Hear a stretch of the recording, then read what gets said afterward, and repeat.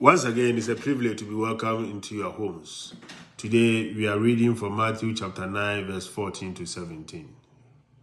The disciples of John approached Jesus and said, "Why do we and the Pharisees fast much, but your disciples do not fast?"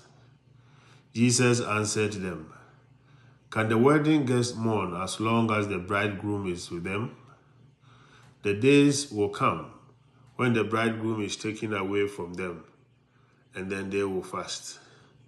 No one patches an old cloak with a piece of unshrinking cloth, for its fullness pulls away from the cloak, and the tear gets worse. People do not put new wine into old wineskins. Otherwise, the skins burst, and the wine spills out, and the skins are ruined. Rather, they pour new wine into fresh wineskins, and both are preserved." We often find ourselves wondering if the time is right. I'm not thinking so much of the time our watches, clocks, and mobile phones show us, but of time in the more general sense. Is this the right time to say this or to take this or that course of action? We may be aware that something needs to be said or done, but it is the question of timing that is the issue. It's not so much if, but when. Is this the question of timing that is being discussed by Jesus and the disciples of John the Baptist in the reading? They want to know why Jesus' disciples are not fasting in the way the disciples of John the Baptist fast. In reply, Jesus declares that the time is not right. The time of Jesus' ministry is a celebratory time. He is like the bridegroom at a wedding feast, and his disciples are his attendants.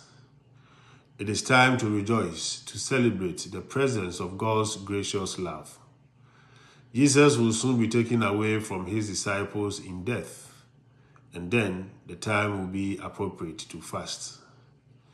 Fasting is timely for Jesus' disciples after his death and resurrection in the period of the church, but it is not timely during the period of Jesus' public ministry.